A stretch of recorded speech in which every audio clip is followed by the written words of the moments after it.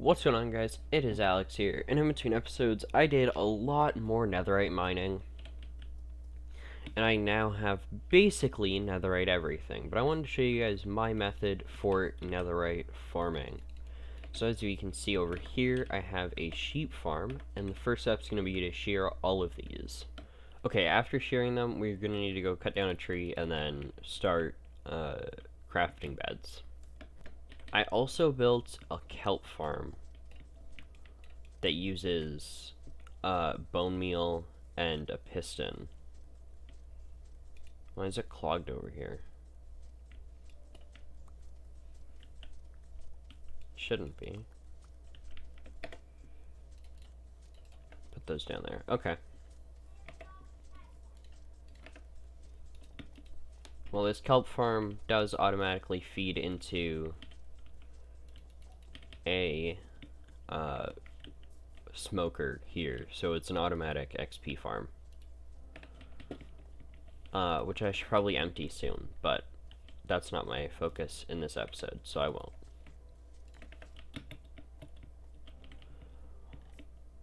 So let's just go cut down a tree.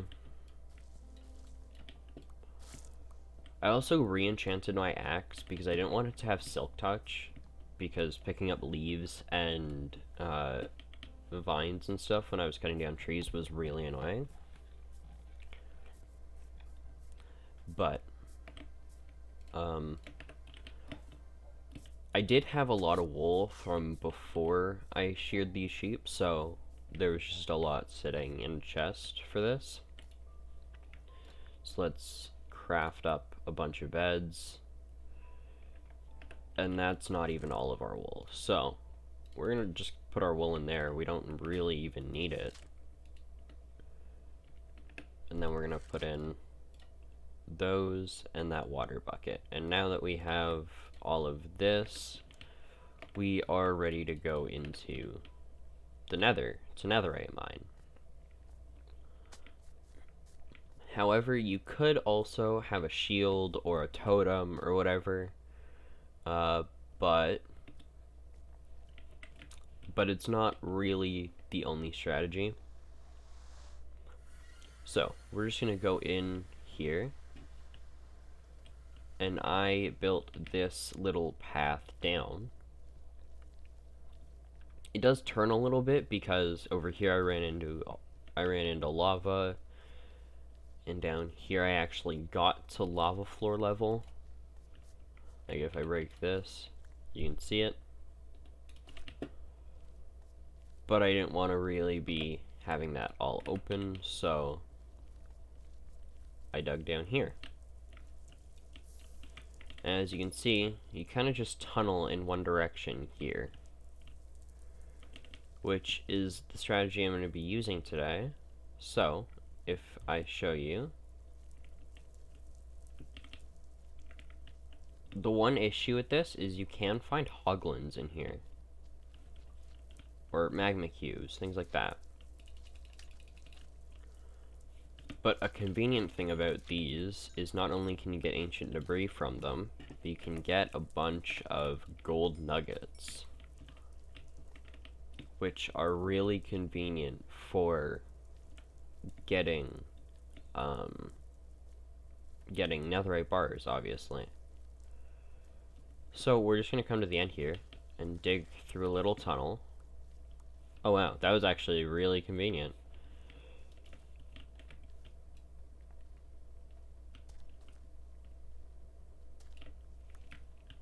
Let's grab that.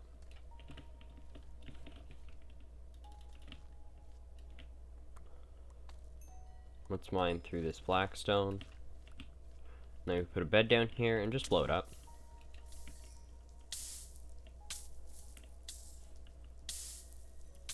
You'll be able to see any ancient debris in there.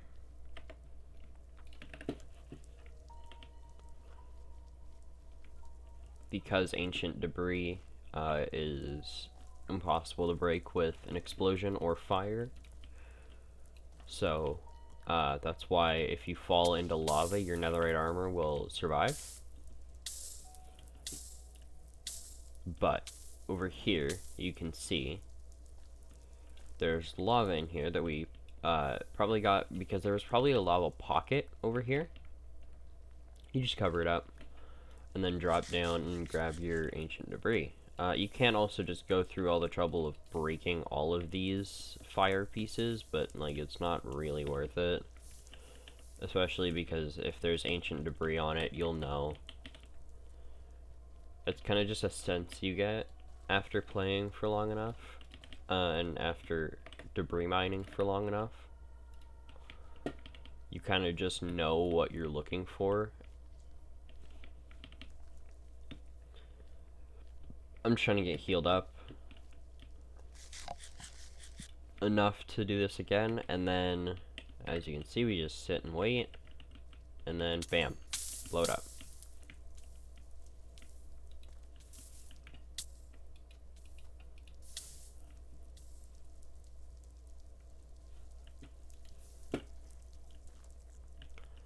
And then bridge all the way across, obviously, because that's still the height we want to stay at. I think you're supposed to do this at Y15, but I do it at 13 just to avoid lava lakes. Because if you do it at 15, I think you're like right next to a lava lake. You obviously can accidentally blow up into a lava lake. I've done it. It really sucks because you kind of just have to end that path. You could, I guess, cover it up, but like it's gonna take you so much work that it's not even worth it.